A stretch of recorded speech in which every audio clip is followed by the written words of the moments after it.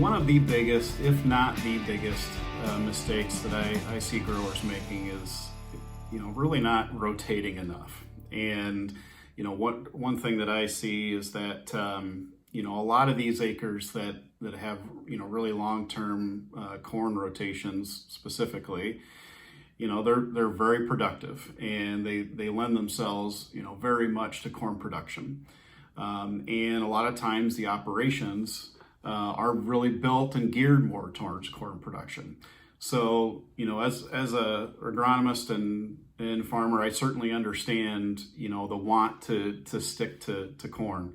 But at the same time, some of the biggest, issues, not necessarily mistakes, but issues that I see pop up over the years is a result of not rotating enough. And, to some extent, I think that, producers think that, they have to go to a 50-50 rotation. When they hear rotation, that they have to go, every other year beans. And that's certainly not the case.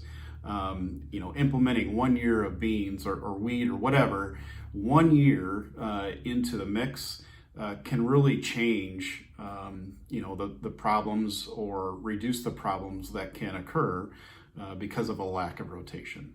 So, some things that we see are, increased, rootworm issues, increased rootworm tolerance sometimes to different events. I know we've seen that, over a decade ago. We see diseases like Goss's wilt pop up, Diplodia ear rot, several things that, really start to gear up as a result of years and years and years of corn rotation. So, the biggest thing that I try and get producers to do, especially if they're in a long-term corn rotation, is just to throw 1 year of beans or wheat or something in there every so often to really break that cycle and reduce your chances of developing resistant bugs or reduce that disease population going forward.